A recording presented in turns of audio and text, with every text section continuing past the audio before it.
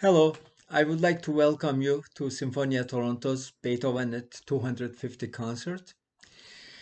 Back in January, we began this year 2020 by playing an old Beethoven program. We performed his Sixth Symphony, the Pastoral Symphony, and his Triple Concerto. The year 2020 was planned by many orchestras around the world in order to celebrate the Titan's 250th. But as we know, because of the pandemic, many of these plans had to be put off. And now we are actually approaching his birthday, which is December 17. That is exactly when he'll be turning 250. So our virtual concert that we have it set for December 5, Beethoven 250, is an all Beethoven program, and it is our orchestra's celebration of his music. So I have chosen two works for this occasion: his six Ländlerische dances, six Ländler dances, and his exuberant Seventh Symphony that will perform in a very special version that I have arranged for this occasion, and I'll tell you about that in a minute. Let's begin with the six Ländler dances. Ländlers are folk dances. They are in 3/4 time, slow, but there is a lot of jumping around, stamping and hopping steps throughout this piece, and it is usually done by pairs of partners. And they are accompanied by either instrumentalist, but they could also be accompanied by vocals, by singing and even yodeling. Um, they were popular in the 18th century, but in the 19th century, the dance halls became more popular and more elegant. So men replaced their boots with plain shoes in order to be able to dance in these halls. And Landlers became also a bit more elegant, but also a little bit faster. So the Landler in 3/4 time actually became the waltz, also in 3/4 time. And it was a bit faster than the Landlers. Many composers wrote Landlers, like Haydn, Mozart, Beethoven, Schubert, Bruckner, Mahler, and even Alban Berg. Just to give you a popular example, in Johann Strauss Jr.'s Tales from the Vienna Woods, there is a zither solo in the beginning. It's an introduction, it's a slow introduction to the waltz, and that's a Landler. What the zither player plays is a Landler there. So now let me talk a bit about the main work of our concert, Beethoven's Seventh Symphony. In 1816, Beethoven's publisher and his very good friend, Sigmund Anton Steiner, published a string quintet arrangement of the Seventh Symphony. The symphony was written in 1813 and premiered in 1813. So this arrangement was for a viola quintet consisting of two violins, two violas, and a cello. So even though we give credit to Sigmund Anton Steiner, he didn't actually do the transcription himself. Steiner owned the publishing company, and he employed many arrangers within this company whose jobs were to actually arrange things like larger works of Beethoven or other composers that they were publishing for home use, because this is before the time of radios or cell phones or television sets. So the only way to be able to experience live music would be playing music in at home, in chamber music form. And of course, with large symphonies, it was possible to arrange them for solo piano or four hands, or to do some chamber ensemble transcriptions for them. So Beethoven, with a bit of a commercial mind, signed an agreement with Steiner, the publishing house, so that Steiner would be publishing the chamber versions of his larger symphonies. And in this case, the Seventh Symphony, Eighth Symphony were published simultaneously with the orchestral parts. But the premiere took place in December, exactly 207 years ago, in December. And this was in 1813. And the concert was an occasion to celebrate a victory by the forces of Duke of Wellington against the French forces that were being commanded under by Napoleon Bonaparte's brother, Joseph Bonaparte. And the concert in December 8, 1813, included a piece by Beethoven, which was the Wellington's Victory. This is a 15-minute, very jingoistic, very patriotic work that was actually part of the concert along with the Seventh Symphony. So the concert was a huge success, probably the biggest success of Beethoven's career, and the program was repeated 3 more times within just a couple of months.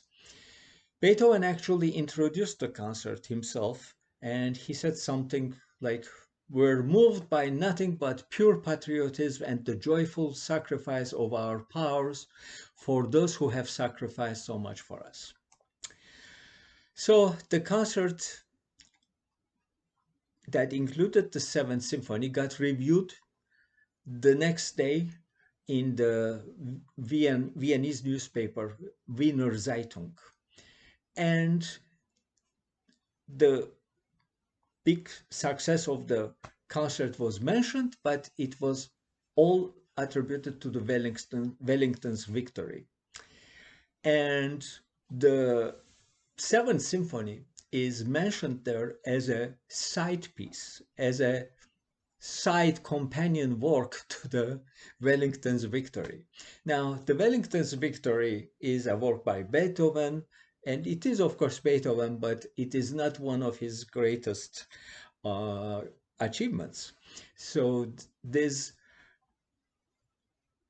kind of writing, this kind of review enraged, of course, Beethoven. The audiences, however, loved the piece very much, including at the very premiere, they wanted the second movement to be repeated. So they did repeat the second movement. We also know a bit more about the premiere from the renowned violinist and composer Louis Spohr. Louis Spohr wrote a book, his autobiography, and in there he makes reference to this concert, which he was there. And he talks about Beethoven's conducting of the Seventh Symphony, and he says, at a particular sforzando, in a very loud moment, Beethoven violently opened his arms, and at another loud place, he actually jumped up in the air. So he was definitely very energized by his own Seventh Symphony, which is very energizing. At the time of the composition of the Seventh Symphony, Beethoven was really in desperate personal circumstances. It was one of his most painful periods of his life. His deafness was growing worse, and his love affair with Teresa Brunswick had completely collapsed. By the way, Beethoven had no success in romance in his life. It was said by his contemporaries, and by some letters, we know that he actually proposed in his lifetime to 16 women, and they all turned him down. In addition to this, he also needed money. So in spite of all this, he had a very creative period, not only then, but throughout his life. And the Seventh Symphony is probably one of the most dramatic symphonies in his repertoire. Richard Wagner described Beethoven's seventh as the apotheosis of dance. Now, I wouldn't dance to it, and I can't imagine anyone dancing to it. But what Wagner probably meant was the incredible rhythmic drive of the first and the last movements of the piece. And its dance elements, vitality, and sense of celebration are all expressed principally through rhythm. The rhythmic drive of the first movement is really infectious, but also it is extremely difficult to perform. So the first movement of the Seventh Symphony begins with a slow introduction, and here Beethoven makes history. It is to date, it is the longest introduction of any symphony that had been written, and still to this day remains one of the longest introductions. And after a big A major chord, loud opening A major chord, Beethoven moves into vast vistas of harmonic scenes and changes from A major to C major, then to F major. And towards the very end, he gets stuck on one note, the note of E, and he creates a dialogue with this. And for several measures, we hear nothing but this E note, the note of E, and connects it to the dance rhythm of the first movement, the faster section of the first movement.